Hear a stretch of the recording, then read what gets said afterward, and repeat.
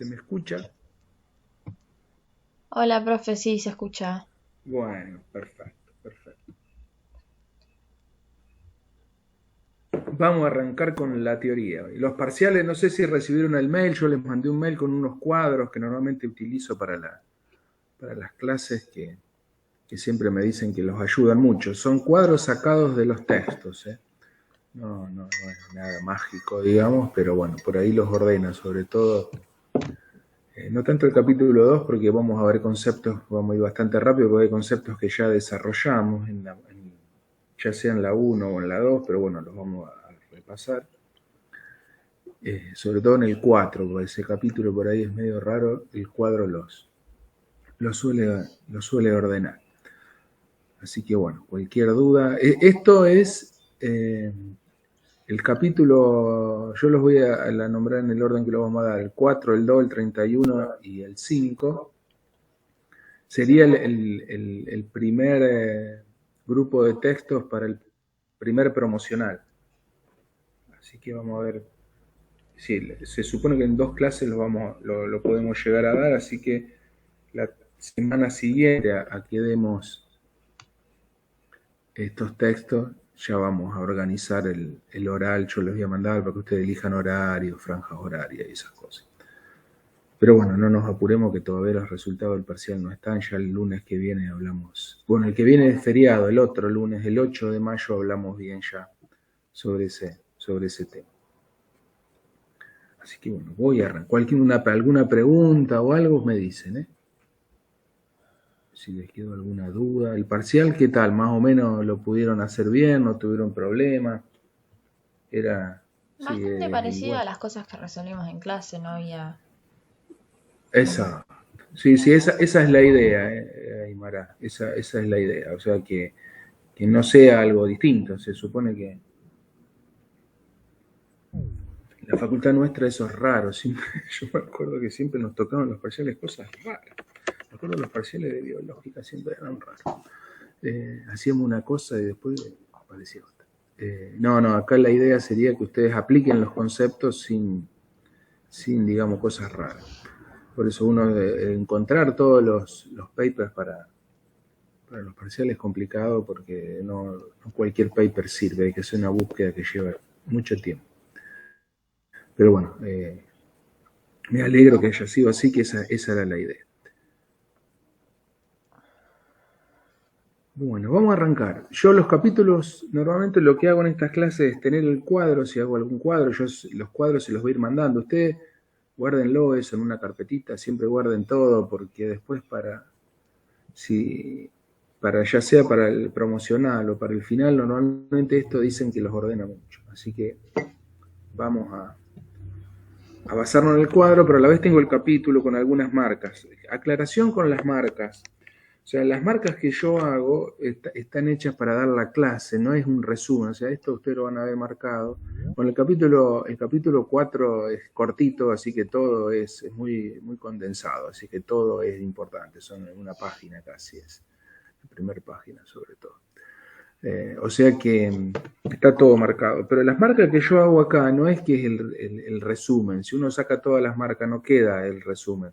Yo marco lo que me parece más importante para mí, para la clase, algunos conceptos, y hay cosas que están muy sencillas que yo no las marco, porque se supone que ustedes cuando lo lean lo van a entender bien, y a lo mejor hago algún comentario oral, pero no lo tengo marcado.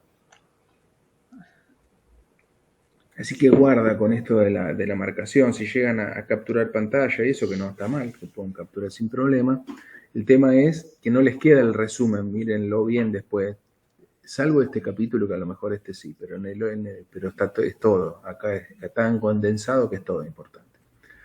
Pero en otros no les queda el resumen, tienen que leer el texto para completarlo. Es una aclaración que voy a hacer casi todas las clases, porque si no, se confunden con eso de que si no está marcado no es importante, y en realidad no tiene que ver con eso. ¿Se ve más o menos esto ahí? A ver si lo agrando, capaz que se me sale Profe, algo. no está presentando. Sí. Perdón. Otra vez, todos los lunes a la mañana me pasa lo mismo. Gracias por avisarme, porque les muestro de nuevo. Yo les decía que vamos a usar estos cuadritos que yo les envié, Tienen los textos ustedes en el Drive, los capítulos. Chicos, para que entre todo, acá sí, como para que entre todo. Y tienen los capítulos, yo me baso siempre, me apoyo en los capítulos marcados, yo los tengo marcados. Les decía eso de la marcación, es lo mismo que les decía recién, o sea, no necesariamente lo que está marcado es un resumen, sino si lo copian, sino que tienen que ampliarlo después con algunas cuestiones, porque yo hay cosas que acá, lo que me parece que ustedes entienden bien, por ejemplo, hay cosas en el capítulo 2 que vamos a ver ahora después de este, que están muy teñidas de cuestiones estadísticas, entonces yo no me paro en ejemplos ni nada, pero que lo tienen que leer para entender el concepto después, pero como es muy estadístico y ustedes estadística ya la manejan, se las dejo a ustedes.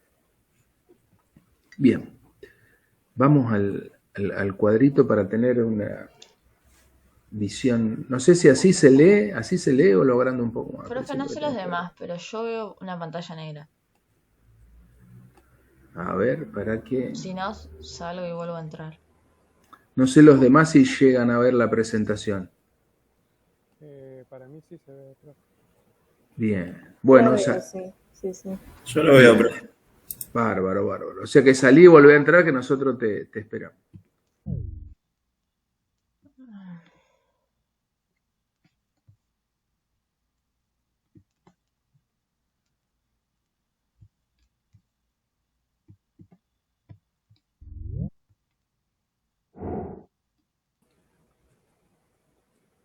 ¿Ahí lo ves? Sí, ahora sí. Perfecto. Este es en esencia el capítulo, empezamos con el 4 porque es la clasificación de los estudios. Nosotros ya vimos clasificaciones de estudios, lo que pasa es que acá vamos a ampliarla. Y esta es la clasificación básica. Después en cada capítulo, nosotros ahora empezamos a ver, el capítulo 4, 2 y 31 son capítulos básicos. Todos los conceptos que demos acá van a ser transversales a la asignatura, a todo el resto. Hace unos años decía transversal, y una vez les pregunté, incluso cuando daba presencial, ¿y saben lo que es transversal? ¿Se entiende lo que es transversal a la asignatura? Mucha gente me dijo, muchos me decían que sí, pero muchos me decían que no. O sea, transversal quiere decir que atraviesan toda la asignatura, que los vamos a volver a ver. Cuando rindan esto en el promocional, no es que lo rindan y lo van a tener que guardar o quemar el papel, o sea, después lo van a tener que retomar, porque nosotros vamos a ver estos conceptos básicos, después vamos a ver un capítulo por cada diseño, uno, el 5, que es estudios analíticos, específicamente el ensayo clínico aleatorio, después vamos a ver el estudio corte, estudio de casos y controles, y estudios descriptivos, un capítulo para cada uno de esos diseños, para esos 4 diseños. Por lo tanto... ¿Usted está hablando porque no se le escucha nada? Ah, sí, estoy hablando. A ver, ¿qué hice? Espera, ¿Ahí se me escucha? Sí, profe, se le escucha. Ah, bien. Todos me escuchaban, porque a lo mejor no sé si era el problema del compañero. Sí, profe, se escucha bien. Bien. Entonces no sé quién era, Agustín, ¿era? Ahí está, Agustín era, ahora salió, ahora vuelve a entrar.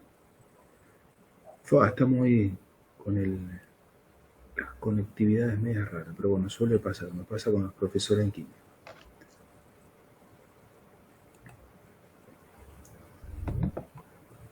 Ahí está, ahí volviste a entrar. ¿Qué tal? ¿Ahí me escuchás ahí?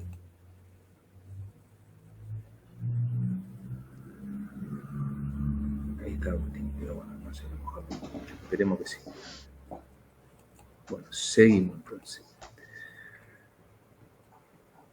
Fíjense que acá lo que les da al principio es la clasificación y lo que significa un diseño. El diseño de un estudio comprende los procedimientos, métodos y técnicas mediante los cuales los investigadores seleccionan a los pacientes, recogen datos, analizan e interpretan los resultados. Fíjense que acá está casi definido lo que nosotros llamamos, cuando vimos los momentos de investigación, el momento técnico. Procedimientos, métodos y técnicas mediante los cuales el investigador selecciona a los pacientes, recogen datos, los analizan e interpretan los resultados, está ahí en ese momento, en el famoso momento técnico de Sabino. Es importante, dice, elegir el diseño más adecuado para alcanzar los objetivos fijados. O sea que acá el diseño siempre va a tener que ver con el objetivo que yo tenga, pero no solo con el objetivo, sino después con la cuestión de fondos que yo tenga para investigar, la cuestión de equipo, que sea un equipo grande. Vamos a ver después esa diferencia. Hacer estudios prospectivos es más caro, retrospectivos es más barato. Vamos a ir viendo todas esas cuestiones. Todos estos conceptos, ya les digo, van a tener toda la asignatura en adelante. Y en este capítulo tienen 4 criterios. Yo les decía que después en cada capítulo del diseño se agregan más. Estudio de cohorte tiene estos 4 y un montón más. O sea, los diseños se pueden clasificar aún más en otros criterios. Se suman criterios después cuando veamos cada uno de los capítulos. El primero, que ya lo vimos, es, yo ahora lo voy a ver acá rápidamente y después vamos a ir al texto para ir puntualizando algunas cuestiones. Según la finalidad del estudio, esto ya lo clasificamos en las finales de la epistemología 1 y cuando comenzamos con el análisis de los papers, nosotros podemos clasificar a los diseños en analíticos o explicativos según si hacen relaciones causa-efecto en su diseño, y los descriptivos que no realizan relaciones causa-efecto y que solamente caracterizan la población. O sea que fíjense que acá ya tienen un criterio en el bolsillo, porque esto ya lo vimos. Ya ahora lo vamos a repasar rápidamente, pero lo vieron. También según si se puede determinar una secuencia temporal entre las variables. Entonces vamos a tener diseños transversales donde los datos que nosotros obtenemos, las variables que nosotros medimos, no hay secuencia temporal entre las variables. Fíjense que en los estudios transversal, el diseño transversal es sinónimo de diseño descriptivo. O sea, si yo digo que un estudio transversal, sí o sí es descriptivo. Pero no se da al revés. O sea, hay estudios, no todos los estudios descriptivos son transversales. Eso ténganlo en cuenta para próximamente cuando veamos los demás diseños. Porque si yo digo diseño transversal, estoy diciendo que es un diseño descriptivo, que está caracterizando una población y que los datos me dan una foto con un momento en el tiempo de cómo se están comportando las variables. Y todas las variables refieren a un mismo momento del tiempo que yo mido. Por ejemplo, cuando veíamos los papers que medían el nivel de plomo en sangre de los niños. O sea, yo lo que hago es medir en un momento el nivel de plomo en sangre de los niños y saco como si fuera una foto, entre comillas, del valor, o sea que es un momento en el tiempo, cómo se están comportando el valor de plomo. No tengo secuencia temporal en el medio. En los diseños longitudinales yo tengo secuencia temporal entre las variables que voy midiendo y normalmente los diseños longitudinales van a estar muy relacionados con los estudios analíticos porque yo relaciono variables causa-efecto y aunque decíamos que hay un diseño descriptivo que vamos a ver nosotros en particular que también es longitudinal. Pero la mayoría de los diseños longitudinales son analíticos. Pero bueno, hay descriptivos también que son longitudinales. ¿Todo bien por ahí? ¿Me están escuchando bien? ¿Todo? ¿Cómo anda? Sí, profe, se escucha y se ve. Bien, perfecto. Yo vuelvo cada tanto porque el otro día en profesor en química me quedé solo un montón de tiempo hablando y no me di ni cuenta que se había cortado.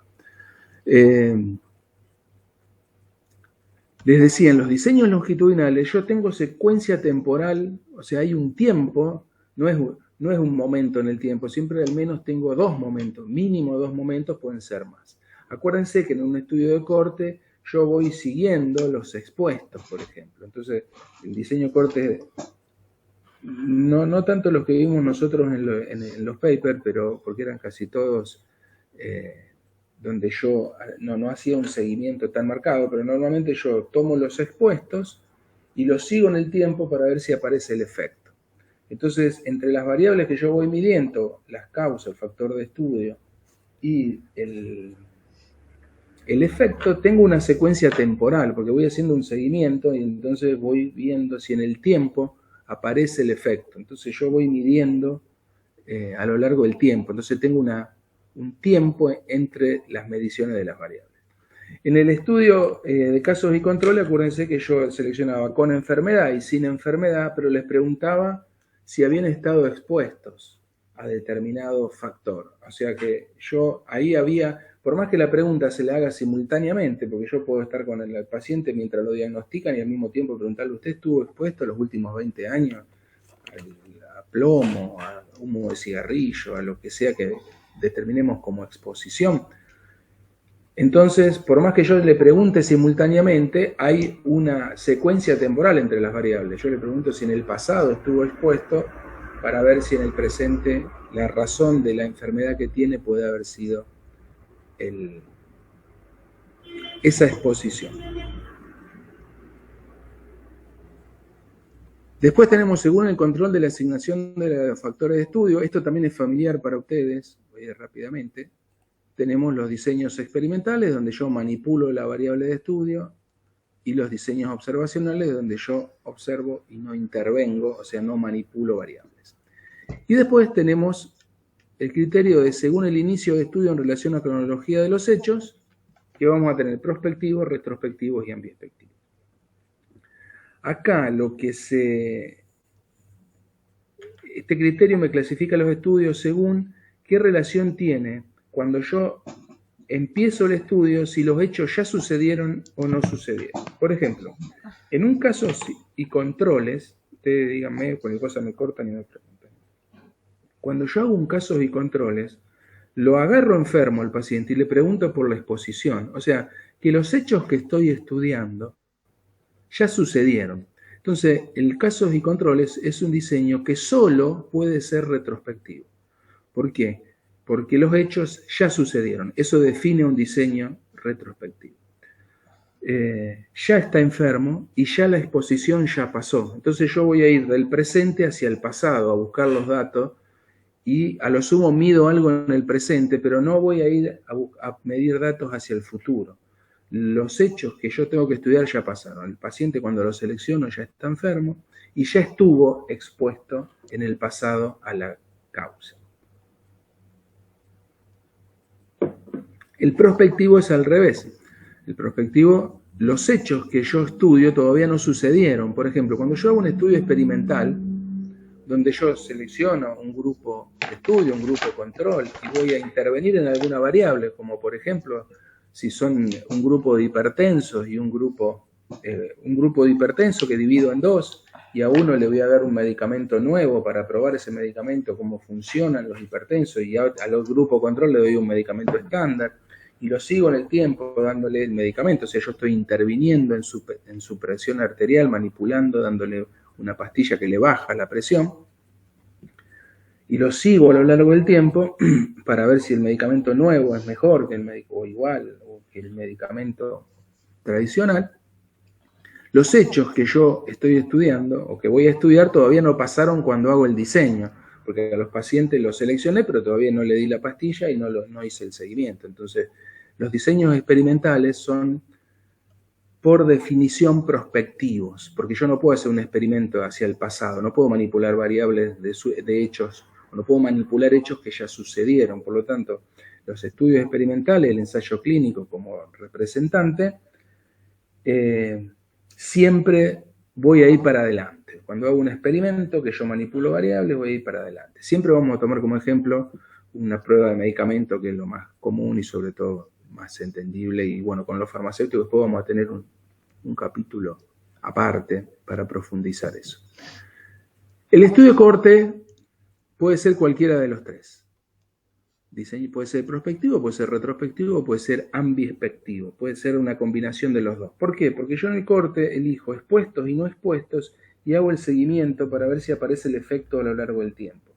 El seguimiento yo lo puedo hacer en una historia clínica, por ejemplo, es decir, selecciono historia clínica de la década del 70, si yo quiero relacionar fumadores con enfermedad cardiovascular, por ejemplo, como efecto, como en el de cohorte selecciono según la presencia o ausencia de causa, de exposición, yo puedo elegir fumadores y no fumadores en historias clínicas de la década del 70, por ejemplo, y hacer el seguimiento en la historia clínica hasta la actualidad. Entonces ahí fíjense que estoy haciendo un retrospectivo, porque yo estoy haciendo un seguimiento, elegí expuesto y no expuesto, pero en una historia clínica, o sea que el hecho ya sucedió, ya el paciente está registrado, ahí ya fumó, y si se enfermó, ya se enfermó.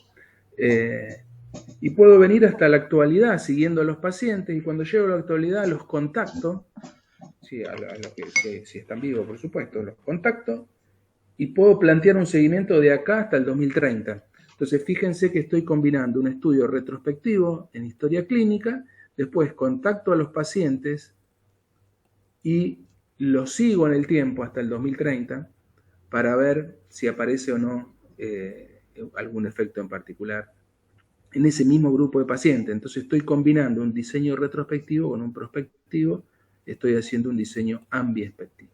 Y después el cohorte a la vez puede ser prospectivo solo o retrospectivo solo. Cuando veamos diseño de cohorte vamos a ver también las ventajas y desventajas de prospectivo de cohorte y retrospectivo. Yo voy a ir al capítulo para mostrar algunas cosas.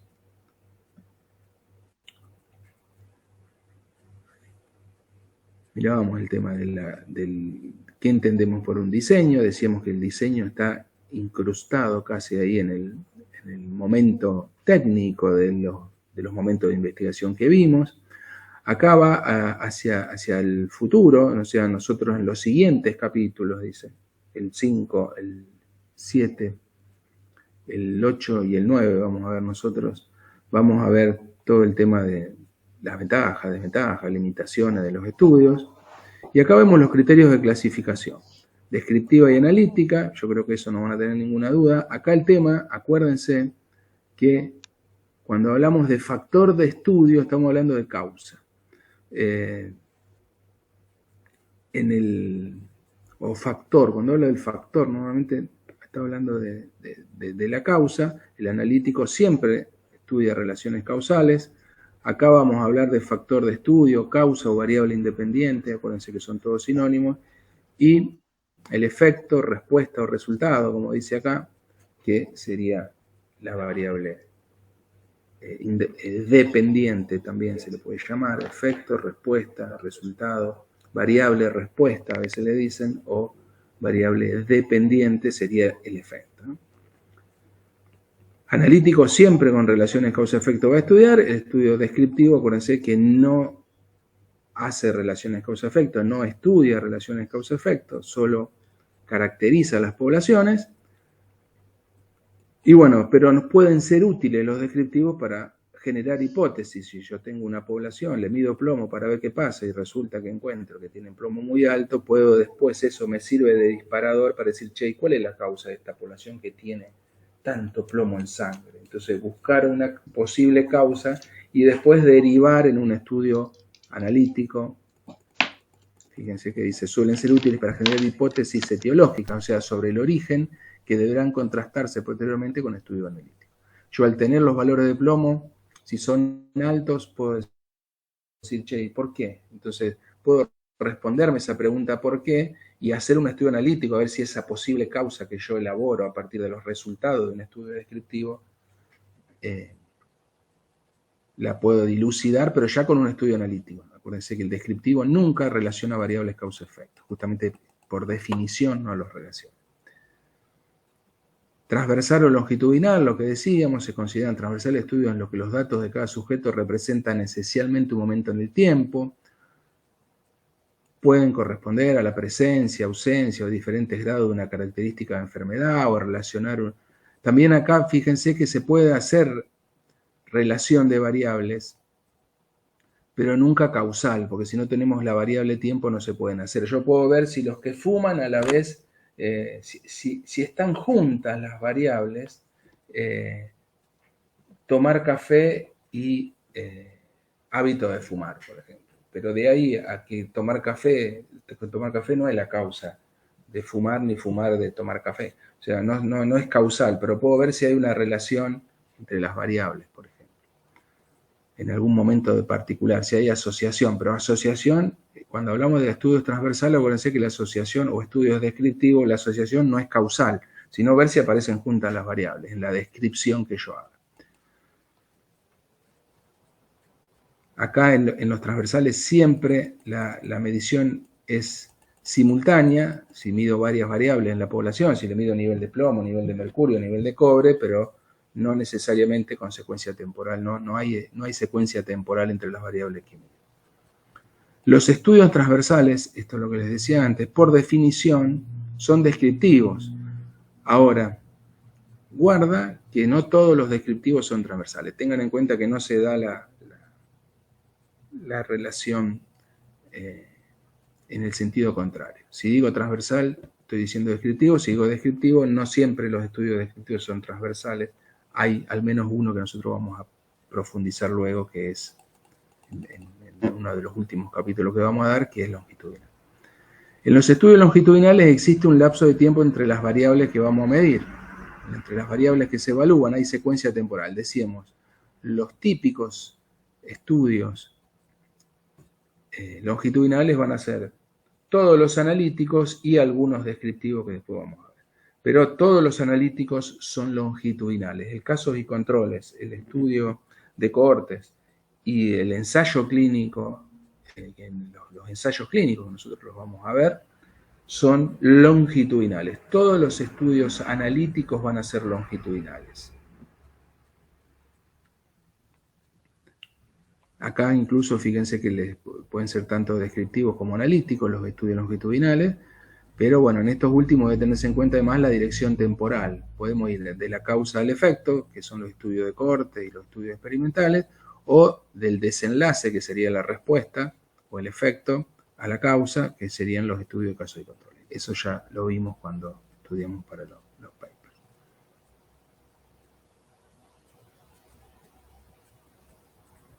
Así que esos estudios longitudinales. Estudios experimentales y observacionales, esto ni me paro porque lo vamos a ver, esto ya lo vieron, digo. Siempre los estudios experimentales van a estudiar una relación causa-efecto. Tenemos manipulación del factor de estudio o causa. Acuérdense que causa, factor de estudio, variable independiente son sinónimos. Y se controla de forma deliberada el factor de estudio causa o variable independiente según un prample establecido. Hay un protocolo siempre, cuando hablemos de estudios experimentales siempre hablamos de protocolo, porque el protocolo de intervención, cuando se prueba un nuevo medicamento, los protocolos de ese diseño van a delimitar qué plan tenemos preestablecido, qué dosis le vamos a dar de cada medicamento, cómo seleccionamos los sujetos, etc. También se pueden evaluar, no siempre es una causa de enfermedad. Nosotros siempre lo tenemos relacionando, en todos los textos relacionamos la causa como un factor que produce o aumenta la probabilidad de un efecto. Acuérdense que también podemos evaluar medidas preventivas, o sea, factores o causas que disminuyan la enfermedad. Es lo mismo, estamos relacionando una causa con un efecto, pero con alguna variable que disminuya la enfermedad, qué sé yo, una dieta vegetariana, por ejemplo. Una dieta vegetariana se supone que es preventiva de un montón de enfermedades cardiovasculares. Entonces, ahí la causa no es que produce la enfermedad, sino que la evita o la previene. Y los observacionales, bueno, ya lo vimos, son estudios no controlados, acá no hay manipulación y solamente observamos, analizamos las variables de los sujetos, no intervenimos acá. Y bueno, el tema del criterio del inicio del estudio en relación con la cronología de los hechos, que ya lo vimos acá. Hay muchas definiciones de prospectivo, retrospectivo. Nosotros tomamos la que dice en este texto, entonces nosotros nos circunscribimos a esa. Se consideran prospectivos aquellos estudios cuyo inicio es anterior a los hechos estudiados, de forma que los datos se recogen a medida que ese tiempo va sucediendo. Entonces fíjense que decíamos que ahí encuadraríamos, en prospectivo podríamos tener siempre, el estudio prospectivo por excelencia son los estudios experimentales. Esos no pueden ser de otra manera que prospectivo, porque yo no puedo hacer un experimento con hechos que sucedieron en el pasado, porque tendría que tener la máquina del tiempo. Entonces, el experimental siempre va a ser prospectivo. El casos y controles siempre va a ser retrospectivo, porque cuando yo haga el diseño, ya el paciente lo tengo que agarrar enfermo y la exposición ya la tuvo. Entonces, el casos y controles siempre va a ser retrospectivo. El cohorte va a poder ser prospectivo, decíamos, retrospectivo si yo hago un seguimiento, pero hago el seguimiento de alguna exposición, pero en una historia clínica, en algún registro. Por lo tanto, también puede ser ambiespectivo. O sea que el único que va a ser ambiespectivo va a ser el estudio de cohorte. Aunque también algunos toman al descriptivo, porque el descriptivo yo puedo describir una población yendo a buscar los datos, o sea, tomando una muestra y midiendo algo en el futuro, hago el diseño y salgo a medir. También puedo describir a una población en un registro, o sea, tomo historias clínicas y describo sujetos que vivieron en determinado momento y lugar. Y por lo tanto también el descriptivo puede ser ambiespectivo, porque puedo combinar características. Yo puedo caracterizar una población en historias clínicas y después salir a buscar a los pacientes y medirle y caracterizar alguna variable respecto a en un tiempo para adelante, digamos, en un futuro. Acá lo prospectivo y retrospectivo, por ahí nos puede ayudar esto de ir de... Los prospectivos son mediciones que uno va a hacer en el futuro, retrospectivos que ya se hicieron o hechos que ya pasaron, por lo tanto estamos en el pasado. Bien, después, en este capítulo, van a tener un montón, acá van a tener un cuadrito que les clasifica los estudios experimentales y observacionales, eso ya lo vieron, así que esto no van a tener problema. Y les da ejemplos. Los ejemplos si los ayudan bárbaro y si no, no le den mucha importancia. Este libro es muy médico en algunos aspectos, sobre todo en los ejemplos. Está muy bien diseñado, está muy bien clasificado todo, por eso a nosotros nos viene bárbaro. Pero los ejemplos, si los ayudas, tómenlos, y si no los ayudas, abandónenlos. Me los preguntan en clase o no. Yo ejemplos no voy a tomar nunca, yo voy a ir a los conceptos. Hasta acá, ¿cómo vamos? ¿Todo bien?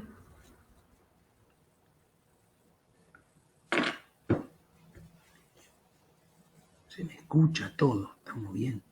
Sí, parece que sí. Por lo menos están todos acá, no se cortó. Perfecto, perfecto. Vamos al 2 ahora.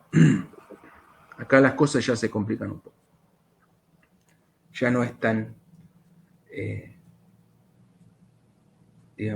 acá hay cosas que no han escuchado nunca, a lo mejor cosas raras, conceptos, pero bueno, este capítulo es bastante denso. ¿A qué me refiero con denso? No es extenso, pero tiene una alta concentración de conceptos, y la mayoría son conceptos que vamos a aplicar más adelante. Entonces estén bastante atentos. Acá vamos a hacer clasificaciones. O sea, vamos a tomar características de los diseños. Los diseños de investigación se realizan con la finalidad de cumplir con los objetivos propuestos de forma precisa y válida, tratando de evitar todo tipo de errores. O sea, uno cuando hace un diseño de investigación trata de que se cumplan los objetivos de manera precisa, o sea, que concuerden con la realidad, que tengamos el menor error posible, y válida, que también está relacionado, la validez, el concepto de validez, que lo vamos a ver al último, la validez interna sobre todo, es sumamente importante, porque todo lo que vamos a ver seguido va a estar relacionado con la validez del estudio. La validez de un estudio, cuando hablemos en este contexto, en esta materia de validez, estamos hablando de estudios que tengan poco error, o sea, que intenten evitar los errores. Algo válido o la validez en este sentido va a ser algo va a ser diseños que aumenten o sea, cuando aumentamos la validez de un estudio, estamos disminuyendo errores. Eso relacionen ustedes siempre la validez con con el poco error. Vamos a los tipos de errores. ¿Todo bien? Que escuché unos ruidos, estamos diciendo esto. Perfecto. Vamos acá.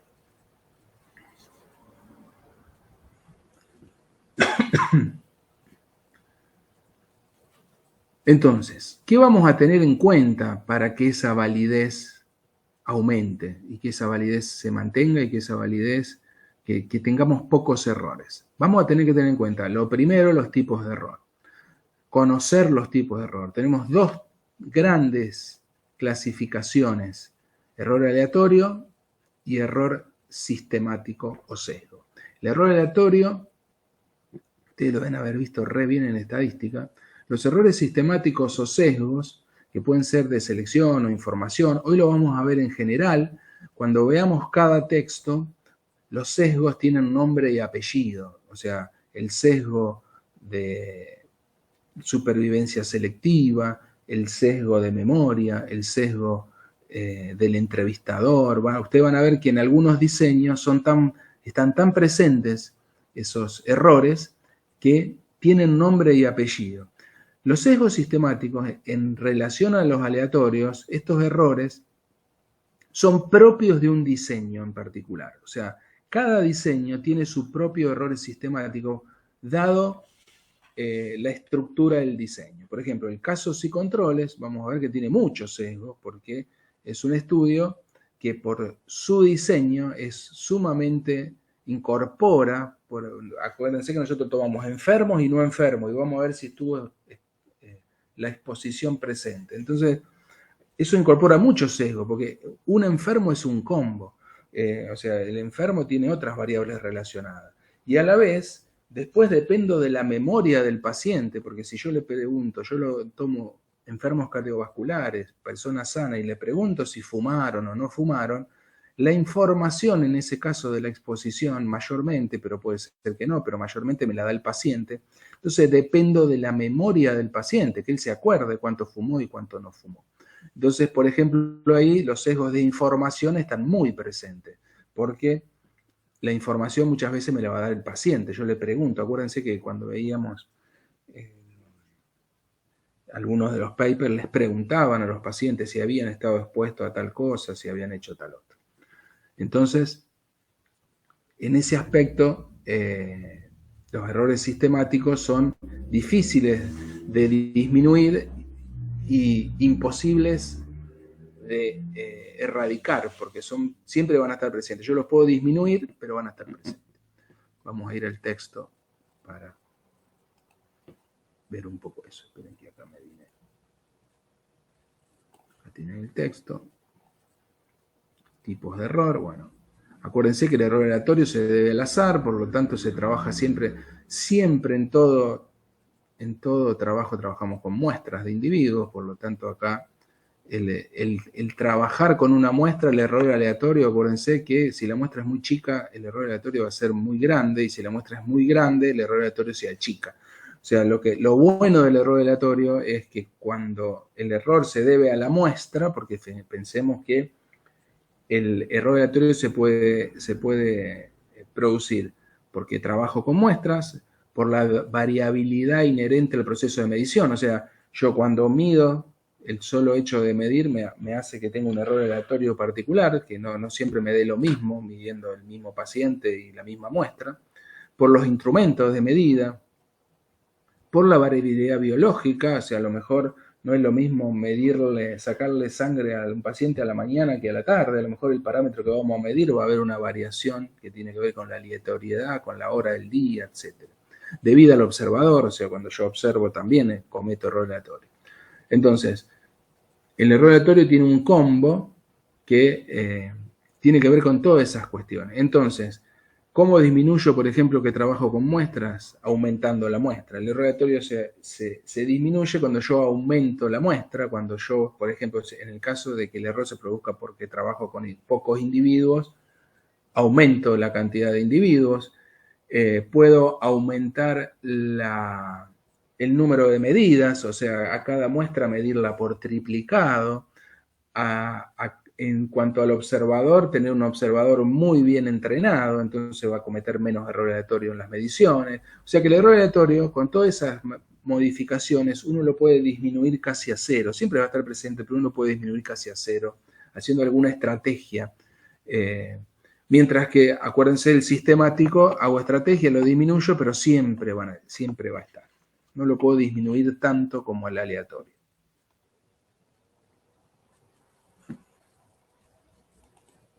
Eso, el error aleatorio, ustedes lo han visto de muchas maneras. Acuérdense que el error aleatorio está muy relacionado con la precisión, o sea, con la coincidencia entre la medición real y entre el valor real de una variable y lo que yo mido.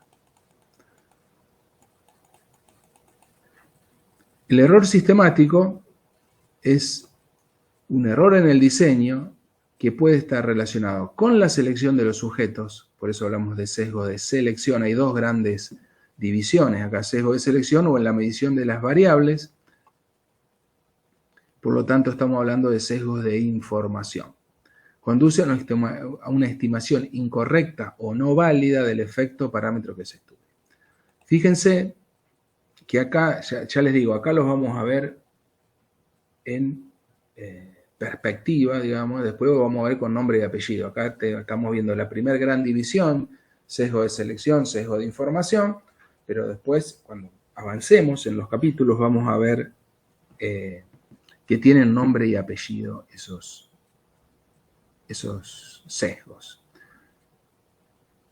El sesgo de selección puede aparecer por distintas razones. Puede aparecer porque elegimos una muestra que no representa de forma adecuada a la población de estudio o al formar los grupos que se van a comparar. Acuérdense que estos sesgos de selección van a estar mucho más presentes en los estudios analíticos observacionales que en los estudios analíticos experimentales, porque yo en los estudios experimentales puedo hacer el ensayo clínico aleatorio, que es el típico estudio experimental, donde yo a la muestra que estudio la separo al azar en grupos.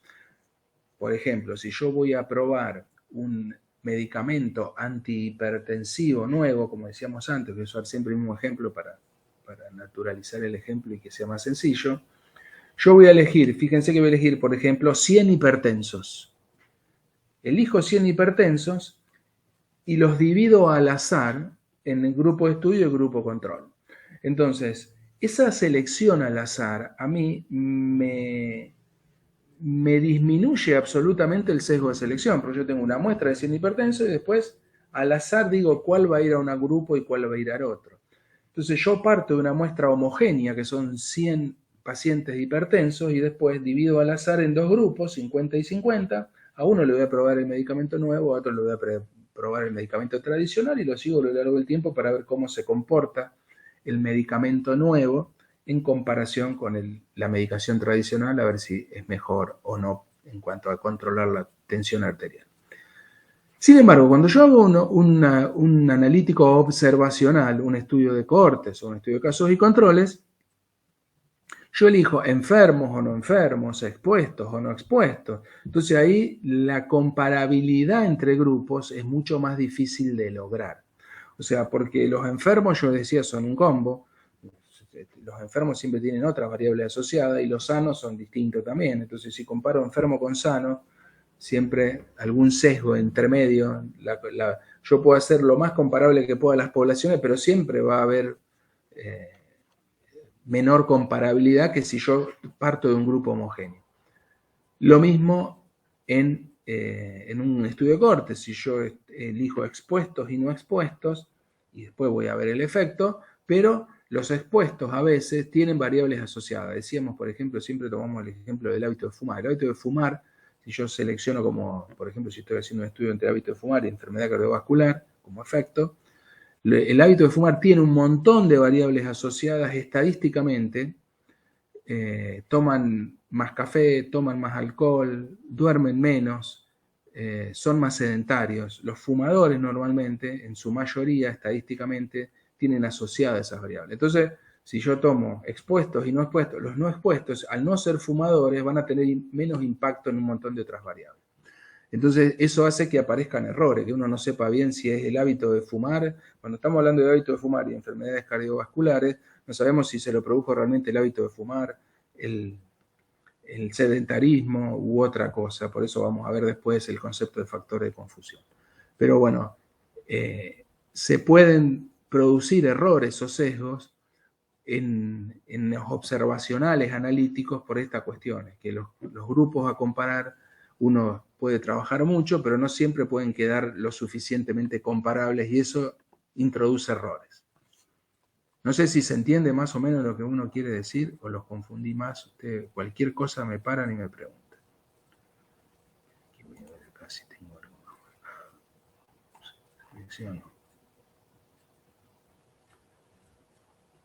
Otra cuestión, sobre todo cuando hago estudios de cohortes, que el estudio de cohorte, acuérdense que yo elijo expuestos y no expuestos y los sigo a lo largo del tiempo para ver si aparece el efecto. Tengo que tratar de seleccionar los grupos, cuando seleccione los participantes, de personas que sigan con el estudio y que no abandonen, porque fíjense, los sesgos de selección también se pueden producir. Decíamos que tiene que ver con la selección de la población, cuando la probabilidad de desarrollar la enfermedad entre los sujetos que se pierden, o sea, que abandonan el estudio, es diferente en cada uno de los grupos. Si yo, por alguna razón, hay el grupo de expuestos, si yo tengo hago un estudio de cohorte, tengo expuestos y no expuestos. Si en el grupo de expuestos me empiezan a abandonar y justamente los expuestos, por mi hipótesis, a determinada causa, son los que tienen más probabilidad de desarrollar o más riesgo de desarrollar la enfermedad, ahí voy a introducir un sesgo. Entonces me tengo que asegurar que no se pierdan pacientes, que no abandonen el estudio. Cuando hay seguimiento, ya sea estudio de cohorte o los estudios experimentales, que uno los tiene que seguir en el tiempo, hacer seguimiento de pacientes humanos, chicos, es un bodrio. Si se puede evitar, uno debería evitarlo. Pero bueno, a veces no se puede. Seguir humanos en estas épocas más, la gente es muy difícil de seguir. Salvo que uno en estudios experimentales haga un seguimiento. En los estudios experimentales, cuando se prueban medicamentos, si hay pacientes que por alguna razón se les da gratis el medicamento, entonces ahí tienen un incentivo. Yo le estoy dando gratis, siempre se le da. Cuando participan en estudios experimentales, se le da el medicamento gratis. Entonces ahí tienen un incentivo para volver, para participar. Pero a veces no lo tienen y los pacientes se pierden. Si yo pierdo pacientes, en el caso de ejemplo que di recién, pierdo expuestos, que son los que tienen mayor probabilidad de desarrollar el efecto, en relación al grupo de no expuestos, se introduce un sesgo de selección. Tendré que seleccionar pacientes que no me abandonen. Otra cuestión importante en este tema son las no respuestas. Normalmente suele ocurrir en estudios transversales, cuando yo pregunto características, hábitos, etc. Pero las no respuestas son una razón muy importante de sesgo de los pacientes. Tengo que elegir pacientes que yo me asegure que me vayan a responder. ¿Por qué existen las no respuestas? Porque hay pacientes o sujetos que participan que no les gustan determinadas preguntas. Está estudiado que a los pacientes que fuman no les gusta que le pregunten si fuman o no fuman y cuánto fuman. Normalmente cuando uno pregunta dice, ¿usted fuma? Sí, no. ¿Cuántos cigarrillos por día fuma o cigarrillos por semana?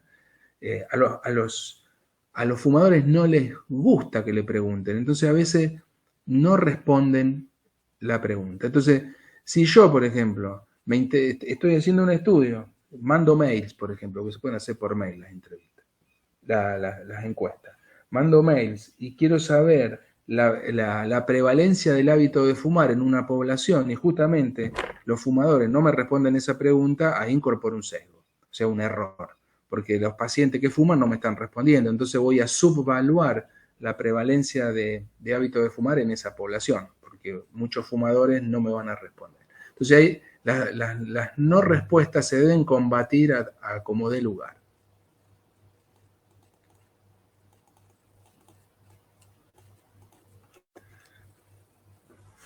Después acá le hace una reflexión. La única manera de asegurar que las pérdidas durante el seguimiento, las no respuestas, no introduzcan un error sistemático en los resultados es evitar que se produzcan, o bien obtener información suplementaria que permite evaluar si los sujetos que se pierdan o que no contestan difieren de los que finalizan el estudio. O sea, uno se debe asegurar que los pacientes no abandonen y que respondan la pregunta con alguna estrategia. Después vamos a ver, cuando veamos los capítulos pertinentes, algunas estrategias que a veces están citadas para evitar pérdidas o no respuestas. Eso respecto a los sesgos de selección. Ustedes después, cuando lo lean, si les queda alguna duda o algo, vamos a tener la clase que viene o las consultas. Va a haber consultas. Yo la semana que no damos clase, que es la semana que viene, que el lunes es feriado porque es 1 de mayo, voy a dar consultas también. Sesgo de información. El sesgo de información se produce cuando las mediciones, acá tiene que ver con las mediciones de las variables de estudio, son de mala calidad, son sistemáticamente desiguales entre los sujetos de cada grupo. O sea, yo no puedo medir distinto en un grupo que en otro, por ejemplo, y tengo que tener buena calidad de medida, ya sea instrumentos, si le pregunto al paciente, el instrumento las preguntas tienen que estar bien hechas, y si mido una medida analítica, una medida de laboratorio, tendré que medir muy bien la variable, tener el mejor aparato disponible, el mejor método disponible, porque si no voy a incorporar sesgos. Pensemos que acá muchas veces las mediciones también se usan para ver, cuando hacemos un casos y controles, que tenemos que elegir enfermos y no enfermos, para elegir enfermos y no enfermos también usamos mediciones a veces, mediciones de laboratorio, a veces el diagnóstico de la enfermedad se hace por laboratorio. Entonces tenemos que usar bien la medición, porque a lo mejor nos comemos algún enfermo, en el sentido de que si yo uso un mal método de medición, alguno que está enfermo a lo mejor me da que está sano, cuando en realidad está enfermo. Yo incorporo en lo sano y resulta que está enfermo. Entonces, todas las mediciones que hagamos tienen que ser de la mejor calidad posible, porque si no, vamos a meter sesgos de información que nos van a dar mala información sobre la aparición del efecto, y a la vez mala información en el sentido de clasificar mal a los sujetos. Esperen que me fui, acá hay algo marcado. Bueno, por lo tanto, lo que decíamos recién, las variables se deben medir con un instrumento bien calibrado, las encuestas que uno le haga a los pacientes también tienen que estar bien hechas, las preguntas bien entendibles para no incorporar sesgos. Fíjense que acá los errores sistemáticos, nosotros decíamos que el error aleatorio debido a la muestra, yo aumento la muestra y lo disminuyo y listo. Digamos que hay una forma de disminuir. Los errores sistemáticos, por más que yo aumente la muestra, no pasa nada. El error sistemático, si aumento el tamaño de muestra, ya sean los de selección o los de información, no va a haber ninguna variante, al contrario. O sea, van a seguir apareciendo sin problema. O sea, no los puedo disminuir al menos aumentando la muestra. Otra vez acá, fíjense, concepto transversal, yo le decía validez. El error sistemático va muy ligado al concepto de validez. La estimación de un parámetro, de un efecto, se considera válida si representa el verdadero valor del fenómeno que se desea medir. O sea que cuando menor error tenga la estimación del parámetro, más válido va a ser. Entonces siempre relacionan la validez con menor error o con un valor que representa mejor el verdadero valor que tiene esa población. Yo para no hacer ese juego de palabras siempre les digo, relacionen validez con poco error. Algo es más válido cuando tiene menos error. Menos error, más validez. Para no hacer ese juego de palabras que sea un parámetro que represente el verdadero valor del fenómeno que se desea medir. Entonces, ahí fuimos con los sesgos, con los tipos de error. Ahora vamos a ir al uso del grupo control. Siempre en los estudios analíticos es importantísimo que tengamos grupos controles. hay variantes, hay ensayos clínicos, por ejemplo, hay ensayos clínicos no controlados. Son los menos. Después con los farmacéuticos vamos a ver eso. Con los bioquímicos no, pero con los farmacéuticos vamos a ver. ¿Cuándo hacemos un ensayo clínico no controlado o un estudio analítico experimental no controlado? Los demás, el estudio experimental, el ensayo clínico aleatorio común, el cohorte y el casos y controles, que son los 3 diseños analíticos que nosotros vamos a ver, siempre es importante usar grupo control. Si no tenemos grupo control estamos ciegos y por otro lado aparecen efectos que son importantísimos de controlar. Acá vamos a ver 4 al menos. El efecto Hawthorne, que no sé si se pronunciará así, efecto placebo, regresión a la media, evolución natural de la enfermedad. Nosotros sobre todo vamos a prestar atención en estos últimos 3. El primero lo vamos a citar, pero normalmente no son parte de las investigaciones que nosotros vamos a hacer. Entonces volvemos acá. En los estudios analíticos, entonces, como pretendo estimar la asociación causal entre un factor de estudio y una variable de respuesta, es importante el uso del grupo control para que nos sirva de referencia para ver qué pasaría en la misma población, si la población es comparable, si no hacemos la intervención o si no está presente la variable causa. Justamente en el grupo control siempre va a ser ver qué pasa en una población similar si no estuviera la causa presente, ¿no? Esa sería la finalidad del grupo control. Entonces es importantísima en estudios analíticos que aparezca. Acá les dice esto que yo les decía recién. La función de un grupo control es la de estimar cuál sería el valor de la variable respuesta, o sea, cuál sería el efecto, en el caso de que no existiera asociación con el factor de estudio, por lo que debe formarse de manera que sea comparable con el grupo de estudio en todo, excepto en la exposición o en el tratamiento que recibe. O sea, que yo con el grupo control voy a medir cómo se comporta el efecto en relación a un grupo que no tiene la causa, que no está expuesto, ni le doy el tratamiento que yo tomo como causa de un determinado efecto. Cualquier cosa me preguntan, porque es medio un juego de palabras. Efectos a controlar. Uno, cuando usa grupo control, no solamente va a controlar esto del efecto, sino que va a controlar otros efectos que suelen aparecer y que se pueden medir, entre comillas, con el cualitativa o cuantitativamente, se pueden medir con el grupo control. Uno es el efecto impronunciable, que tiene que ver con una cuestión muy particular, tiene que ver con el cambio de conducta. Esto tiene que ver mucho, por eso yo le decía, nosotros vamos a hacer hincapié más en los otros, pero a veces esto es importante que lo conozcamos. Este efecto se da por un cambio de conducta. Cuando uno hace estudios de conductas o de hábitos, el paciente o el sujeto, si se sabe investigado, cambia de conducta, no se comporta igual. Es como cuando estamos en el laboratorio y dice, che, van a venir los de bioseguridad a visitarnos. Bueno, todos agarramos los barbijos, los guantes, tenemos todo más a mano. Normalmente si no nos dicen que nos van a venir a visitar, no cambiamos de conducta. Che, en cualquier momento caen los de bioseguridad, ahí entonces todos estamos distintos, no estamos iguales. No actuamos iguales sabiendo que van a venir a visitarnos los de bioseguridad, que si no nos van a venir a visitar y estamos trabajando en el laboratorio. Entonces, lo mismo pasa con cualquier sujeto que se sepa investigado. Si se sabe investigado, normalmente cambia conducta. Acá tiene un ejemplo muy lindo después para graficarlo. Yo lo voy a nombrar rápidamente, pero este está muy bueno porque esto lo que hicieron fue en un grupo, en un centro médico donde había residentes. Vieron que los residentes, como conocían muy poco, como estaban recién salidos de la facultad, pedían muchos análisis, muchos estudios de laboratorio y radiológicos que no tenían sentido pedir, que no eran necesarios. Entonces había mucho gasto.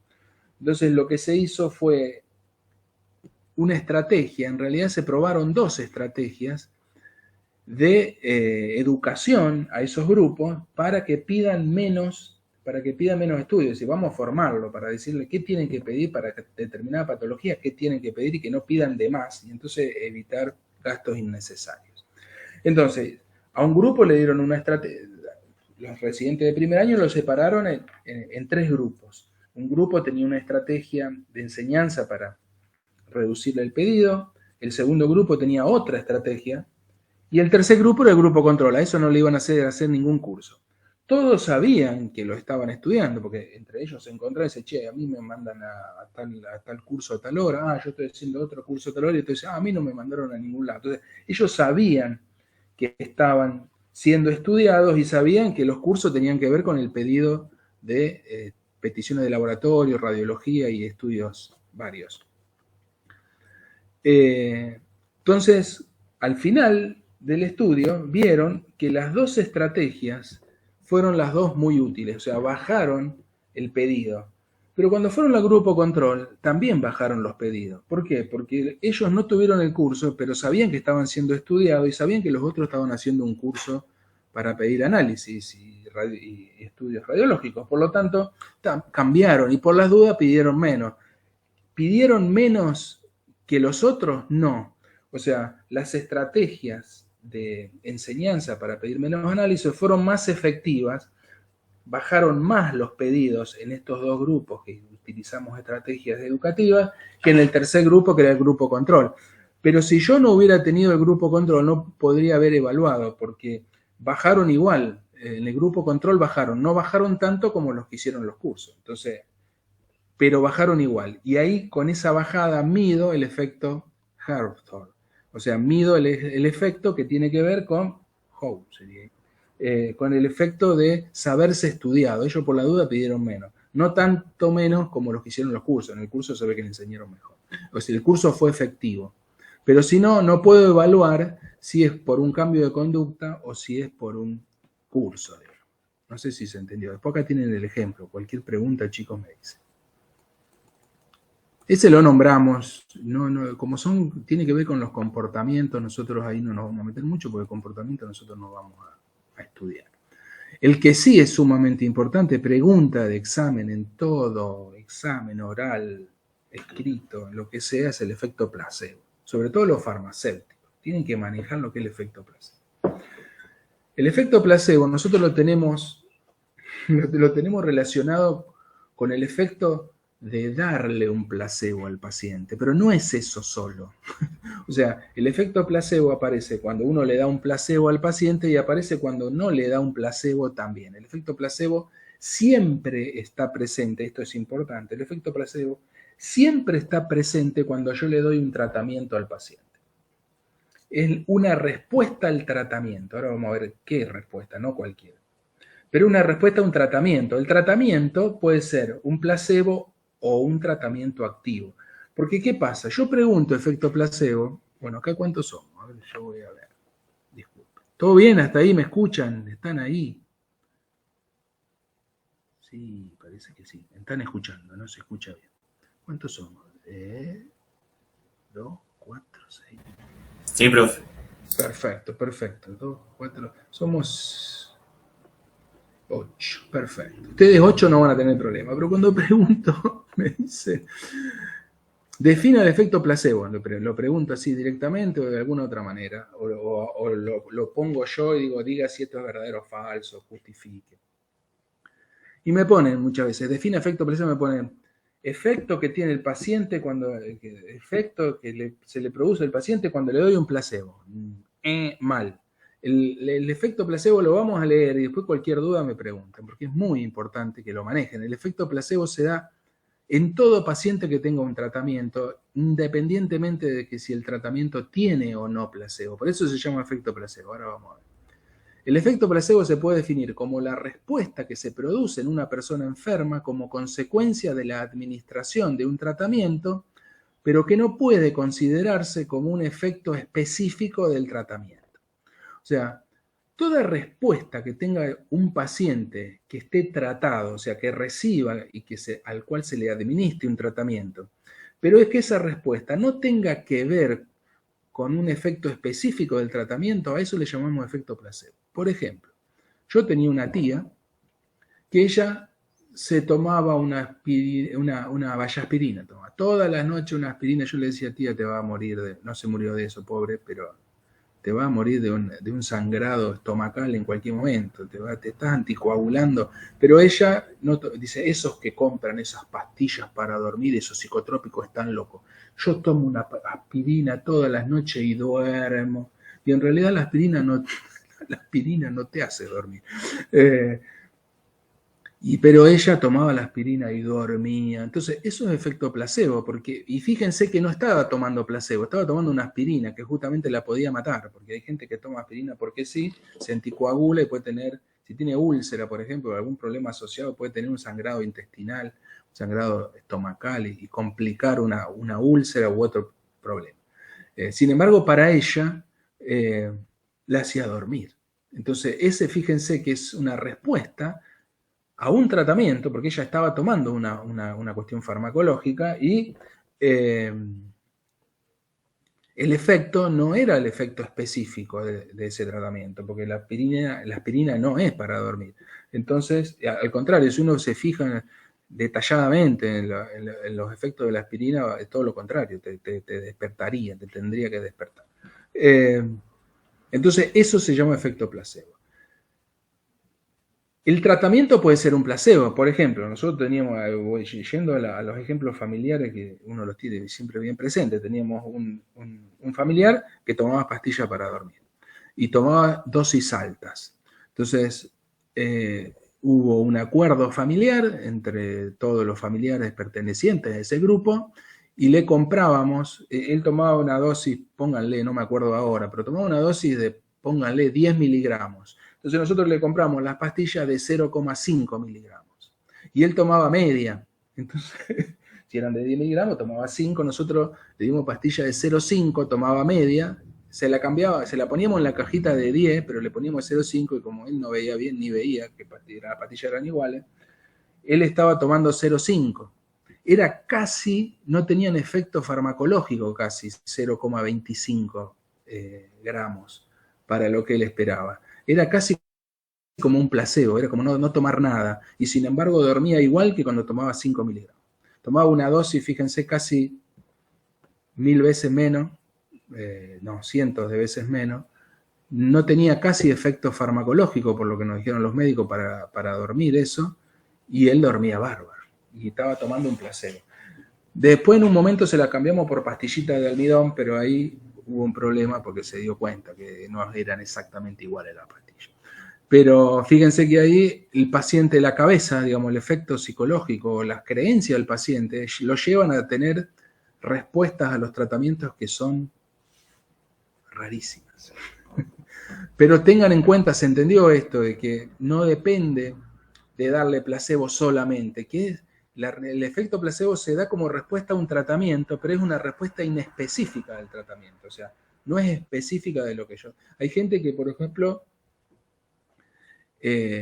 toma alguna medicación, está tratado para algo y se le mejora un montón de cuestiones que no tienen que ver con eso. Porque el estar en tratamiento y contenido tienen respuestas de ese tratamiento que son múltiples en ámbitos absolutamente diferentes y que dependen particularmente de cada sujeto, ¿no? Esto no es universal. Cada sujeto va a responder particularmente a un tratamiento. ¿Se entendió esto? El efecto placebo.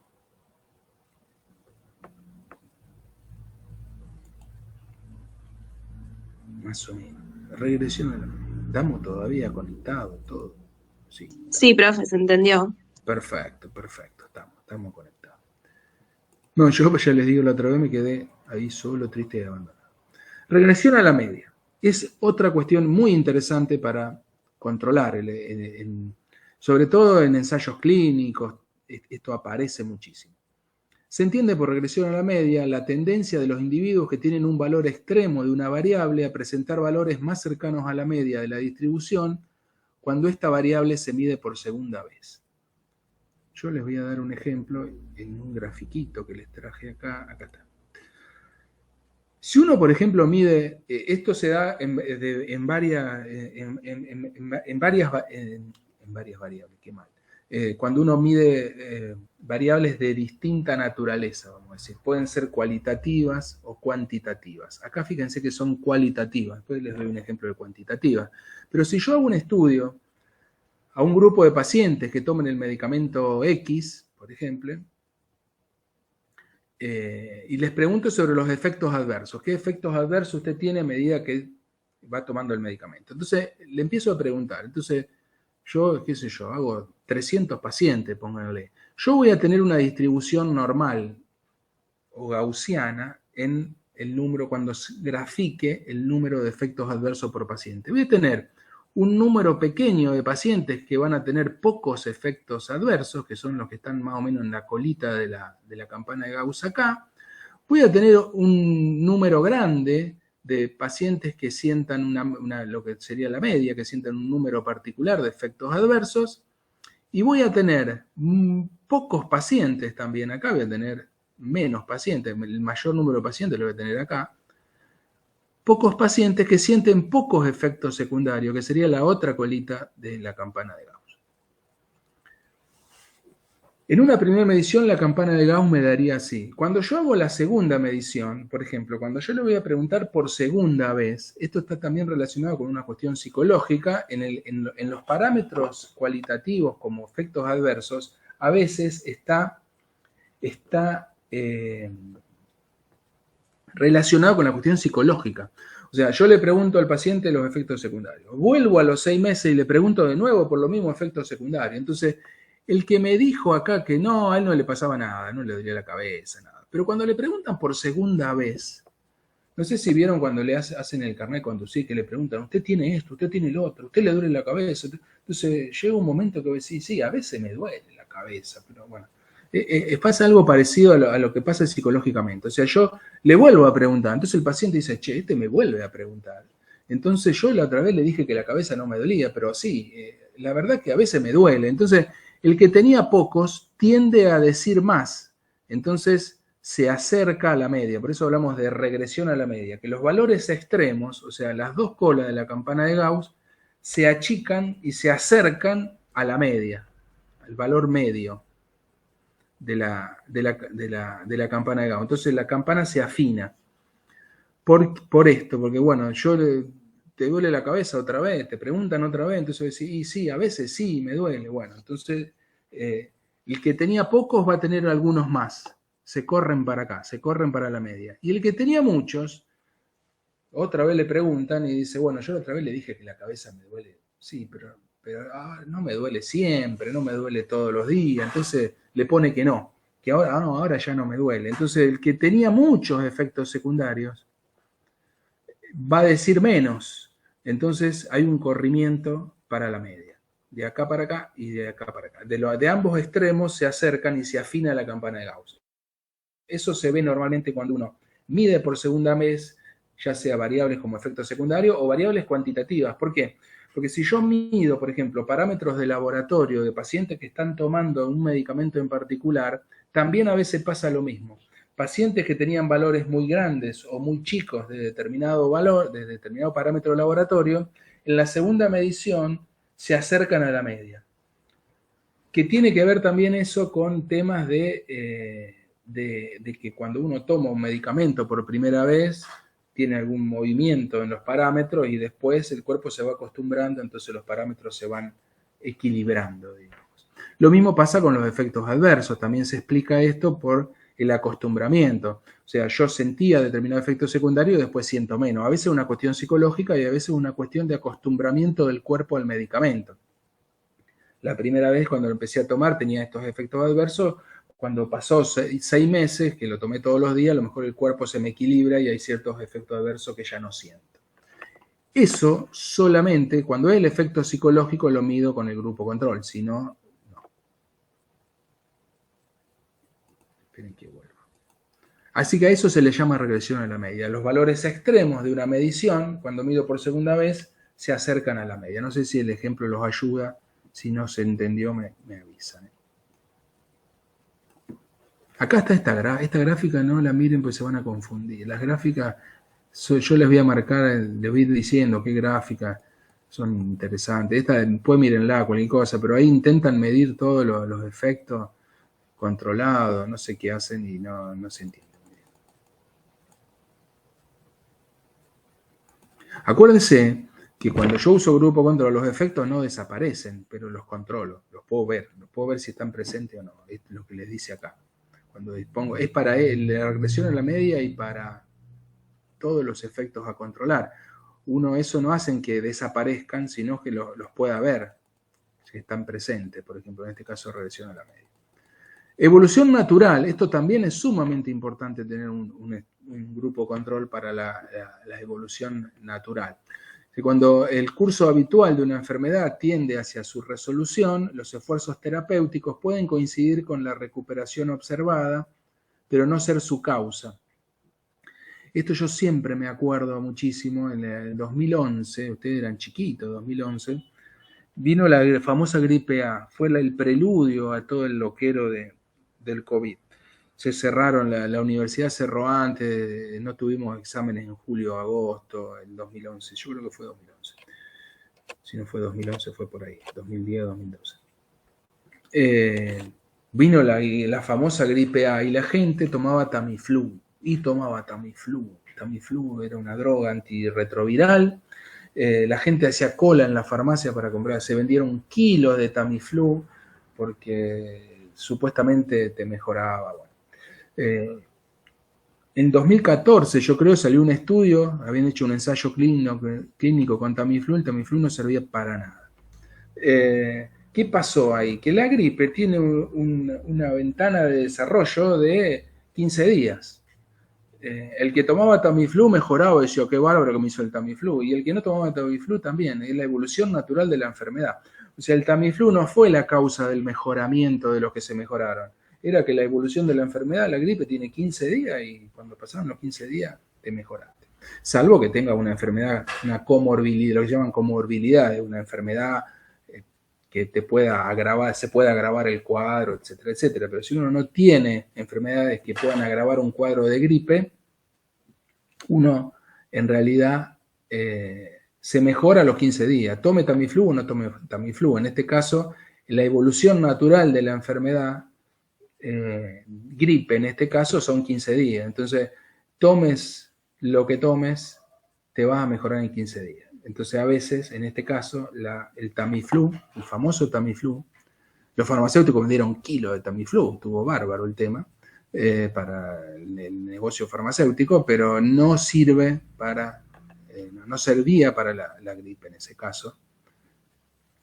Por eso el grupo control, si yo tengo un grupo control que tiene gripe, pero no le doy, porque yo sé que no lo voy a matar con una gripe, que es lo que hicieron el ensayo clínico que hizo la Organización Mundial de la Salud después, vieron que se mejoraban de la misma manera, tenían los mismos síntomas, no había ningún mejoramiento en el grupo que tenía gripe y tomaba Tamiflu y el grupo que tenía gripe y no tomaba Tamiflu. Entonces, eso tenía que ver con la evolución natural de la gripe, en este caso 15 días. ¿Cómo vamos? 9:19. Bien, ahora nos vamos a ir a los factores de confusión. Factores de confusión, yo acá les puse el concepto de factores de confusión. Che, qué bueno porque capaz que llegamos a... esperen que voy a enchufar la notebook, que me olvidé de enchufarla y tiene poca batería.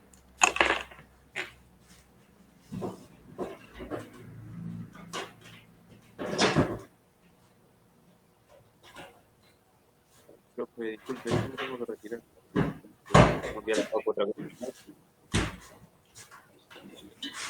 Creo que no te escucho, pero sacar los audios. Acá estoy. Bien.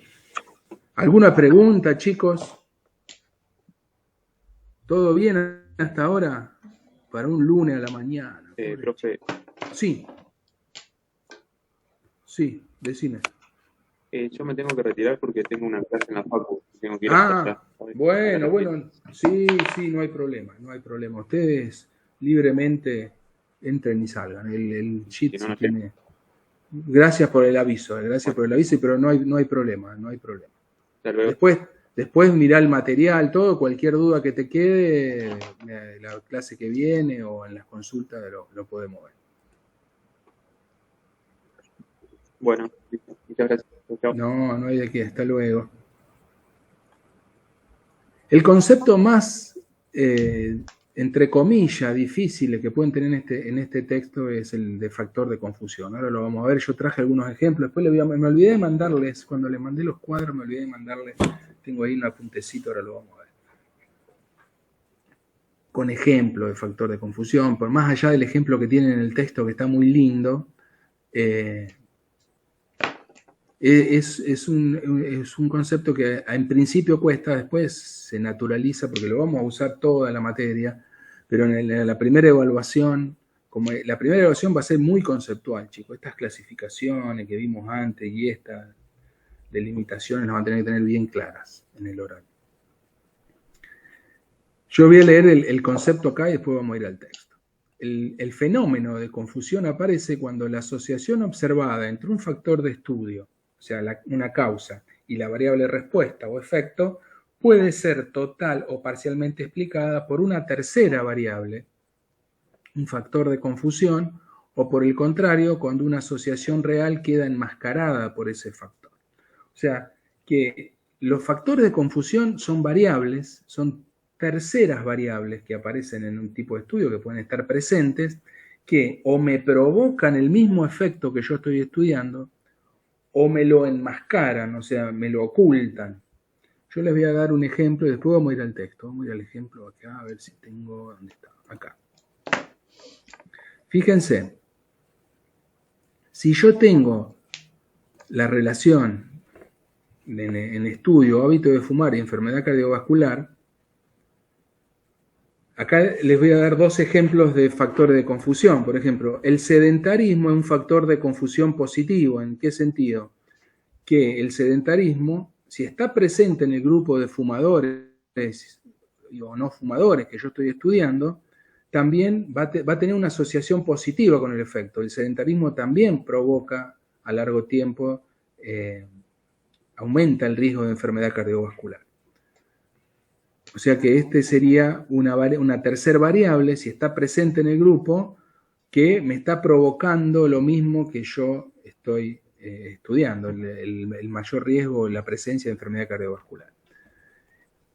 Una variable que me puede enmascarar o ocultar la enfermedad cardiovascular es si los pacientes toman alta dosis de antioxidantes. Ahora se usa muchas personas que toman antioxidantes, que toman un cóctel de antioxidantes por muchas cuestiones. Si hay pacientes en esos grupos, si yo estoy estudiando hábito de fumar, estas dos variables, si hay pacientes que toman altas dosis de estos medicamentos, porque la vitamina, más allá de que ser vitaminas, son medicamentos, ahí previene el efecto. Los antioxidantes, acuérdense que el humo de tabaco, el mayor daño lo provocan las sustancias oxidantes que impactan sobre el endotelio de las pequeñas arteriolas, dañándolas, y bueno, y ahí se desemboca toda la cadena causal que va a provocar la enfermedad cardiovascular o la placa de ateroma que después puede terminar en una enfermedad cardiovascular. Entonces, como las altas dosis de antioxidantes me previenen que se forme todo ese daño, también es un factor de confusión, porque acá, si está presente en altas proporciones pacientes que toman antioxidantes en ambos grupos, me van a enmascarar. Entonces van a ser fumadores y, pero estos fumadores no tienen riesgo de enfermedad cardiovascular. Bueno, no lo tienen porque están tomando altas dosis de antioxidantes.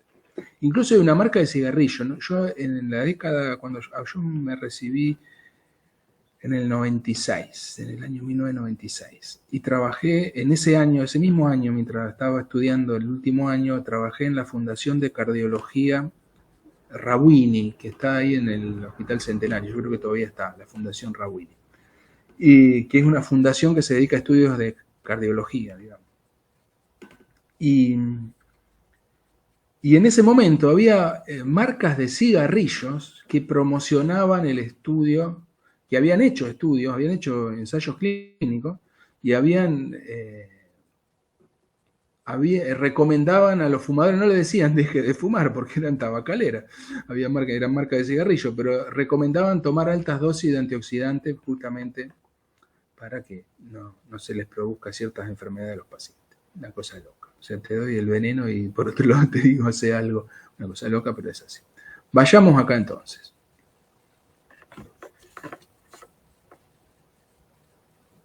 Fíjense, los estudios analíticos implican una comparación entre grupos. Siempre en los estudios analíticos, salvo excepciones, tenemos grupo control. La primera regla para que esta comparación sea válida es que los grupos sean similares en relación con las características que influyen sobre los resultados. Entonces, acá es importantísimo controlar los famosos factores de confusión que acá están definidos como yo les dije recién. O sea, aparece cuando la asociación observada entre una causa y la variable de respuesta puede ser total o parcialmente explicada por una tercera variable, o por el contrario, cuando una asociación real queda enmascarada por ese factor. ¿Cómo disminuyo los factores? Ustedes acá de factores de confusión a mí me interesa. Bueno, lo que vimos acá recién, ¿por qué el factor de confusión tiene un impacto tan grande? Pues yo estoy comparando grupos, entonces si los grupos no tienen las mismas características o aparecen estas variables en grupos distintos, si aparecen en grupos distintos, peor todavía. Si aparecen mezcladas en los grupos, una cosa. Ahora, cuando aparecen las variables confusoras o los factores de confusión, aparecen concentrados en alguno de los dos grupos, en los expuestos o los no expuestos, es catastrófico, porque los resultados pueden ser cualquiera, como aparece acá, en este ejemplo. Rápidamente lo vamos a ver. Entonces ustedes tienen que manejar el concepto, por qué es importante ver los factores de confusión,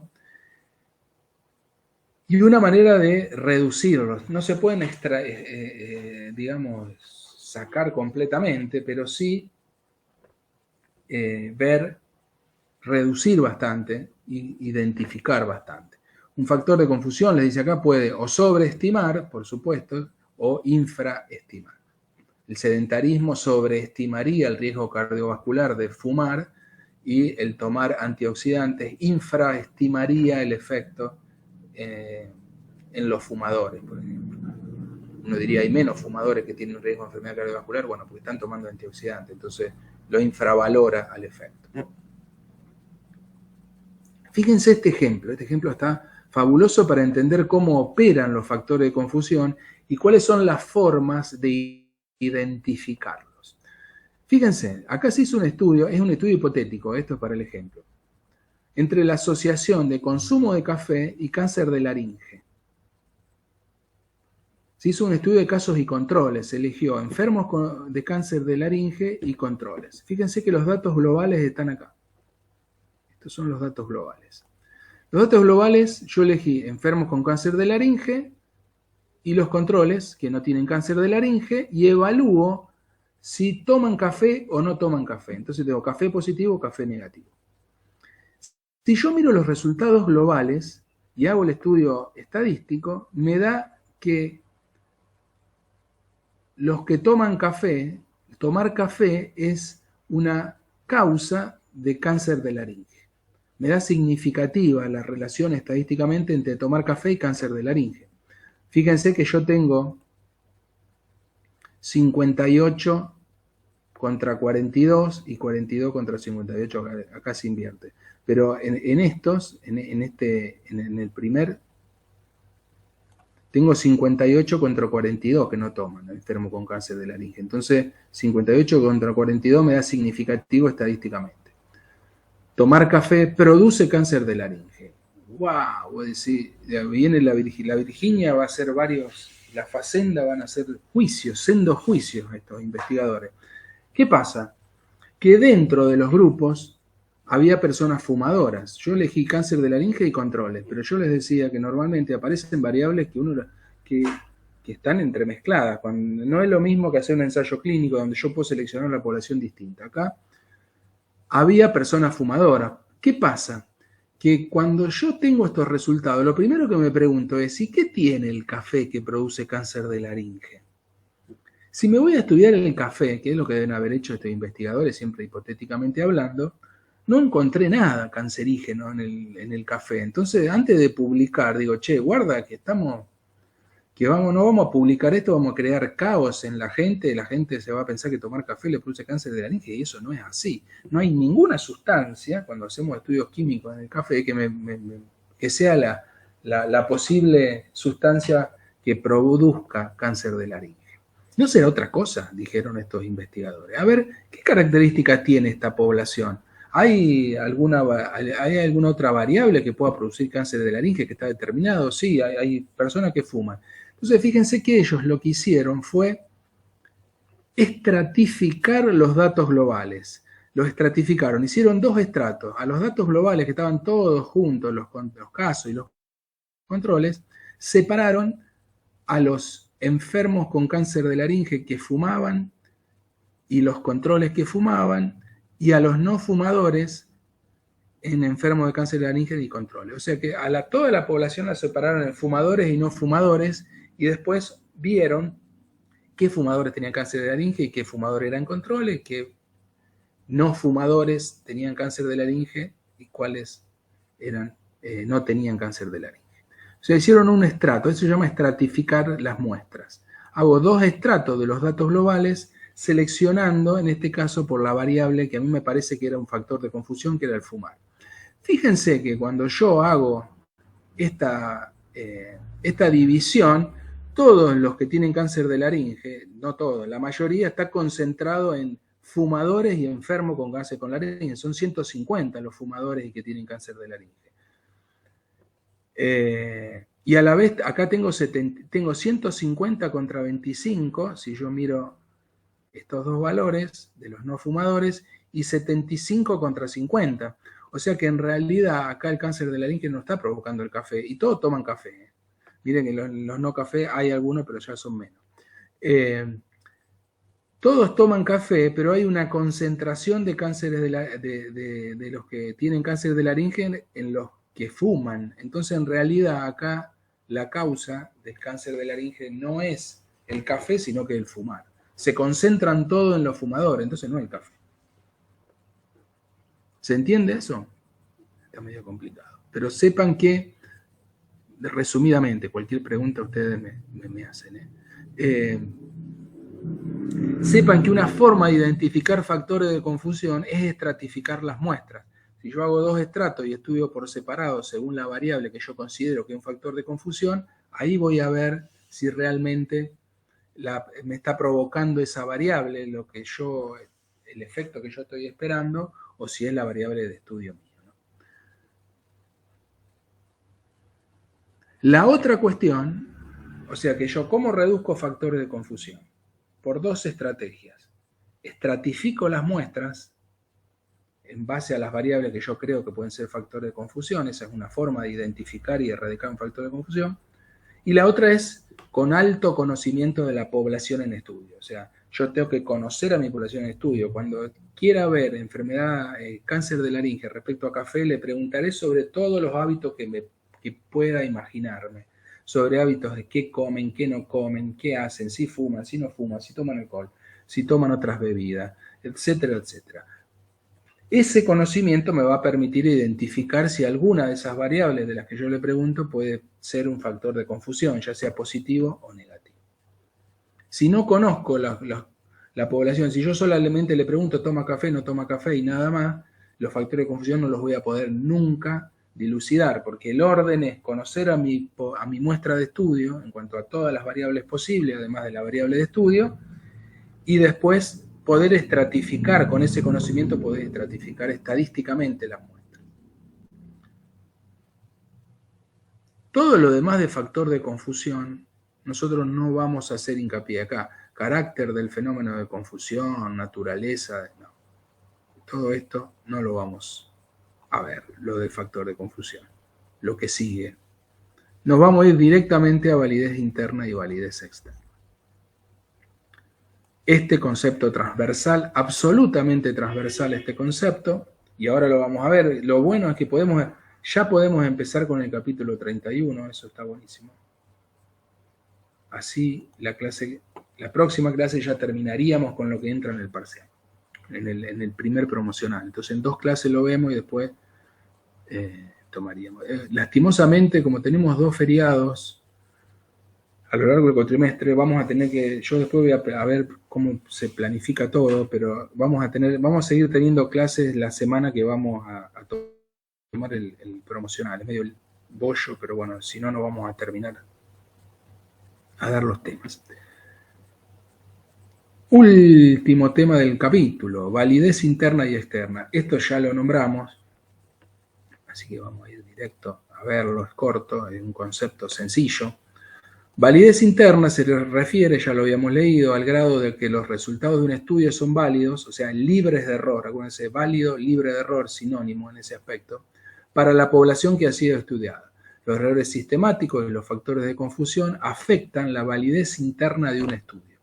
O sea, como validez está relacionado con libre de error, por supuesto que los errores sistemáticos, sobre todo, el error aleatorio lo podíamos disminuir de alguna manera, decíamos, pero también afecta la validez también el aleatorio, ¿por qué no? Y los factores de confusión afectan la validez interna del estudio porque me incorporan error, ya sean errores sistemáticos, por supuesto, y el factor de confusión que también me produce un error en la interpretación de los resultados de un estudio. Entonces, para aumentar la validez interna, yo debo disminuir lo más posible los errores sistemáticos y tratar de no incorporar factor de confusión o también erradicarlos en la manera, en lo que más se pueda. Digamos.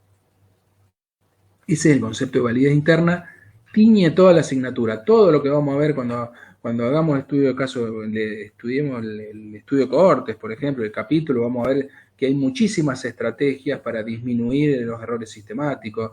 Siempre todo lleva a aumentar la validez de un estudio. Uno elige siempre el diseño que tiene mayor validez interna dentro de las posibilidades.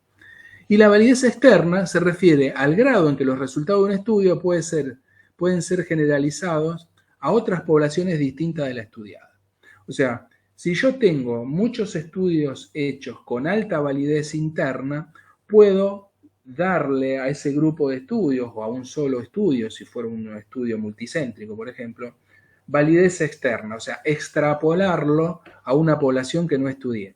Ejemplo, cuando salió la ley de celiaquía en el 2011 también, si no me equivoco, 2012, antes de que salga la ley, los diputados dijeron, vamos a sacar una ley para celiaquía, las obras sociales van a tener que dar un subsidio para alimentación a los celíacos, etcétera, etcétera. ¿Cuántos celíacos hay en el país? No había muchos estudios serios de prevalencia de celiaquía. Entonces, diputados financió un estudio que se llama estudio multicéntrico. Se hizo estudio de prevalencia de enfermedad celíaca en niños, en hospitales de Buenos Aires, de Santa Fe, de Córdoba, de Tucumán, si no me equivoco, y de Neuquén. Fueron cinco lugares. Se tomó el norte, se tomó, yo creo que también Santiago de Estero, pero bueno, no importa, para el ejemplo, son varias provincias, no se tomaron todas las provincias, se tomaron las provincias más habitadas, con mayor cantidad de habitantes, que es Córdoba, Santa Fe y Buenos Aires, después se tomó una o dos del norte y una del sur. Y se midió la prevalencia de celiaquía. Ese estudio ¿sí? Es un estudio genial que hicieron, que llevó mucho tiempo, mucho esfuerzo, y sacó un número interesante, hicieron un promedio, que es 1 en 79, o sea, 1 cada 79 niños tiene celiaquía. Es bastante alto, entre comillas. Tenemos una prevalencia bastante alta de celiaquía. Es la enfermedad autoinmune más prevalente, digamos, en las poblaciones mundiales y bueno, en la Argentina también. Ese estudio fue con una validez interna tan alta que dijeron la República Argentina, fíjense que había poblaciones que no habían sido estudiadas, pero como el estudio se hizo con una validez interna alta, con poco error, dijeron la República Argentina tiene una prevalencia de celiaquía en niños de 1 en 79. Entonces, fíjense que ahí estamos hablando de validez externa, o sea, si el estudio es muy bueno, en este caso este estudio multicéntrico, yo puedo extrapolar a poblaciones que no estudié, porque yo voy a decir la República Argentina, y ahí englobo todas las provincias, pero yo no hice el estudio en todas las provincias. Si el estudio tuvo una selección de pacientes libres de error y el estudio fue muy bien hecho, como es el caso, se tiene validez externa. Bien, con esto cerraríamos el capítulo 4. ¿Qué tal? ¿Todo bien hasta acá? Tenemos un ratito que voy a mostrar unas cosas del capítulo 31 para arrancar con el pie derecho la clase que viene. ¿Se entendió? ¿Alguna pregunta? Tienen, yo sé que es el lunes a esta hora, ¿no? Uno no está como en automático. Sí, profe, se entendió bien. Perfecto, perfecto. Ahora entonces vamos al 31. 31, pregunta de examen la tienen ahí. Siempre pregunto lo que ven acá, todo lo que ven acá. Pregunta de examen final. Por supuesto que a los promocionados en el oral, pregunta de cajón. Efecto placebo no hay 100%, pero altamente probable. Bueno, errores sistemáticos, todo lo que vimos. Acá está todo condensado, clasificación. Pero esto es muy importante. Inferencia causal. Fíjense que saltamos al 31. El gallego, no sé por qué esto lo puso en el 31. Fíjense que por qué del 4 saltamos al 31. Yo ahora voy a explicar unas cuestiones procedimentales para que ustedes estudien después. La clase que viene lo vamos a ampliar a todo esto. Ustedes si pueden, lean el capítulo. Si pueden leerlo. Yo ahora les voy a señalar en el capítulo, hay cosas que nosotros no vamos a ver. Entonces, se les acorta mucho el capítulo. Fíjense, lo primero que tienen en el capítulo 31 lo vamos a poner. Inferencia causal. Lo primero que aparece es este cuadro, esto que yo extracté acá para ponerlo acá. Que se vea todo el cuadrito. Fíjense cómo empieza el capítulo 31, que es de inferencia causal. Otra vez, estamos así como cuando hablábamos de grupos control, estábamos hablando de estudios analíticos, y hablamos de inferencia causal, estamos en estudios analíticos. Esto es para estudios analíticos. Acá los descriptivos no entrarían. Fíjense este pequeño cuadrito, después vamos a lo que dice acá al lado. Efecto observado, tengo las observaciones, los datos acá, asociación, diferencia, lo que sea que haya observado, y me tendré que hacer las preguntas. ¿Existe algún sesgo de selección o información? Esto es cuando ya tengo los resultados. El efecto observado serían los resultados de mi investigación. Entonces, me preguntaré, ¿existe algún sesgo de selección o información? Supuestamente no, ya los erradiqué todos. ¿Se han controlado los factores de confusión? Sí, los he controlado. Esto parece el catecismo de mi época, que era todo, no sé. La magnitud de la estimación es relevante, lo suficientemente precisa, o sea, medí una cuestión relevante, importante, y precisamente, sí, bien. Entonces, fíjense que si controlé todo esto, tengo resultado válido, el concepto que acabamos de ver. Hicimos una evaluación de la validez interna. Dijimos que los factores de confusión, los sesgos y las mediciones impactan sobre la validez de un estudio. Si yo confirmo todo esto, si hago todo esto, digo, bueno, tengo validez interna. Si tengo validez interna, lo primero que hago es, lo siguiente que hago es aplicar los criterios de causalidad, que vamos a ver algunos ahora, a lo mejor si hacemos tiempo. Esto se hace antes de publicar todo esto, decir, che, bueno, a ver, ya tengo los resultados, trabajamos bien, pero vamos a revisar. Revisamos si tenemos validez interna, si cometimos algún error, ¿no? Está todo bien. Vamos a aplicar los criterios de causalidad.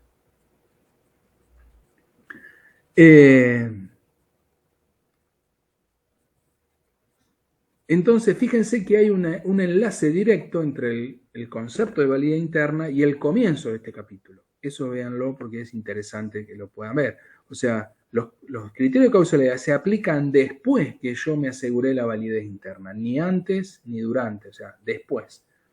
Antes de publicar siempre hago evaluación de criterio de causalidad cuando yo tengo que... porque si llego a publicar y no llego a tener en cuenta eso, se me puede armar un lío.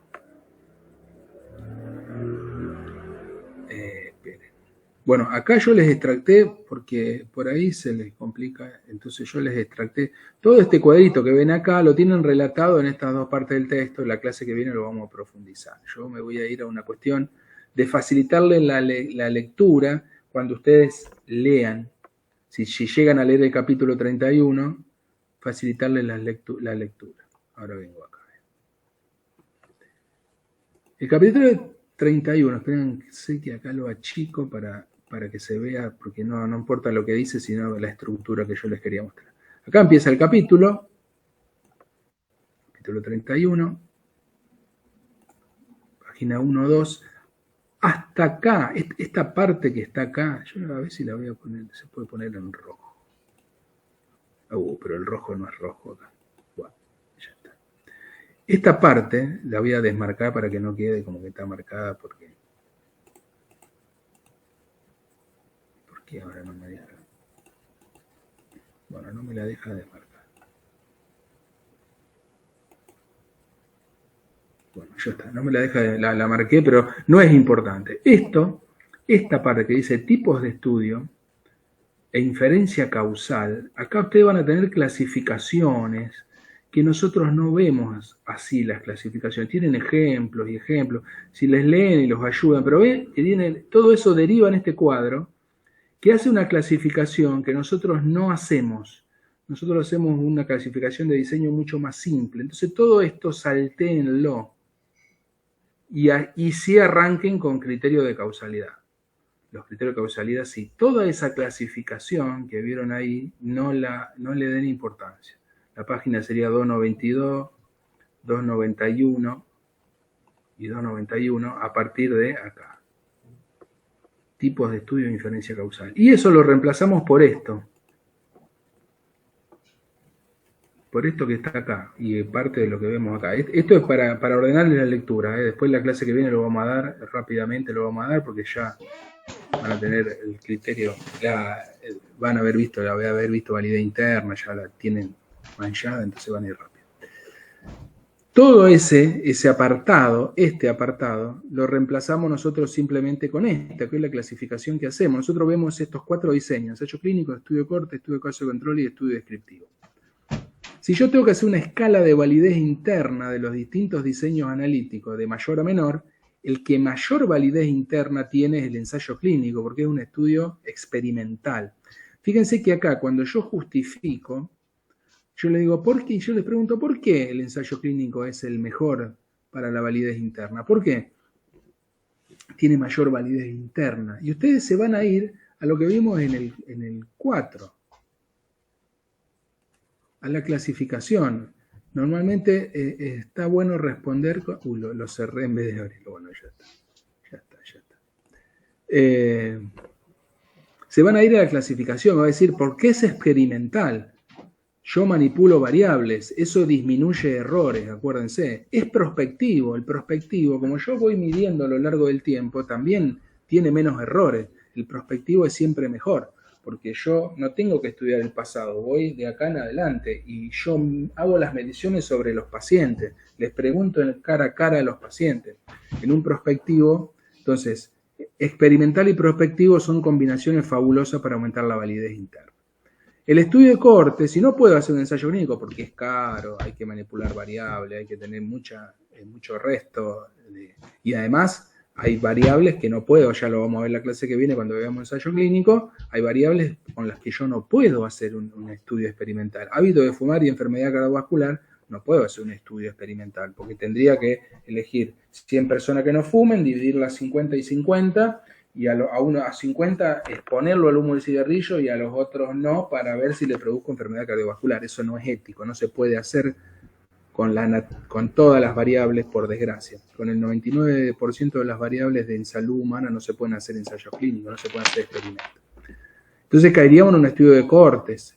Sigue el estudio de cortes. ¿Por qué? Porque lo puedo hacer prospectivo, tiene seguimiento. Entonces yo puedo hacer un estudio de cortes, tiene una mayor validez interna, tiene menos sesgos que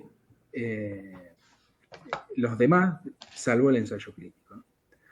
Si no puedo hacer un estudio de corte, tendré que hacer un estudio de casos y controles, lo que es más barato, es más rápido, es un estudio retrospectivo, se hace muy rápido un estudio de casos y controles. ¿Qué pasa? La información que me da no tiene la misma calidad que los dos anteriores. No puedo hacer un caso y controles, y bueno, por último haré un descriptivo. Pero acuérdense que el descriptivo no estudia relaciones causa-efecto. La naturaleza del descriptivo, por definición, un estudio descriptivo no estudia causa-efecto. La validez interna es casi cero cuando estoy hablando de relación de variables, pero sigue estando como la mejor opción para ver si las dos variables aparecen juntas. Acá no veré si están asociadas causalmente, veré si aparecen juntas. Si el hábito de fumar y la enfermedad cardiovascular aparecen juntas, ya me da un indicio de que pueden ser causa-efecto. Pero no me relaciona variable causa-efecto. Entonces la validez interna en cuanto a la relación causa-efecto es muy baja en el estudio descriptivo. Siempre hablando de la validez interna en relación a la fuerza causal. Acuérdense que un estudio descriptivo puede tener una altísima validez interna como descripción, pero como fuerza causal no. Ahí no sé si los compliqué. Y después vamos a ir la clase que viene a ver los distintos criterios de causalidad que los tienen acá. Esto vamos a ir bastante rápido la clase que viene para desembocar después en el capítulo 5, que es el de ensayos clínicos, y lo tendríamos que terminar de dar. La clase que viene deberíamos dar el capítulo 31 y el 5 conjuntamente. Acá ya nos ganamos un poco de tiempo en este aspecto que les decía. Acá tienen todo, esa primera hoja, esa primera página el capítulo 31 les resume un poco lo que dice este cuadro. Léanlo tranquilos, después la clase que viene vamos a ver, pero les da les hace como un cierre a todo lo que vimos en el capítulo 4. En el capítulo 2, sobre la cuestión de validez interna y cómo relaciona esto, por qué los ensayos analíticos son tan importantes en cuanto a relación causa-efecto, que hay que tener en cuenta, y esas cosas la va a nombrar acá, entonces les va a dar base para entender este cuadro, que todo esto que está acá en la transparencia, que está en el libro, intenta explicar la complejidad que tiene y los aportes que hace este cuadro. Bueno, por hoy vamos a terminar acá, porque ya esto no lo vamos a poder cerrar.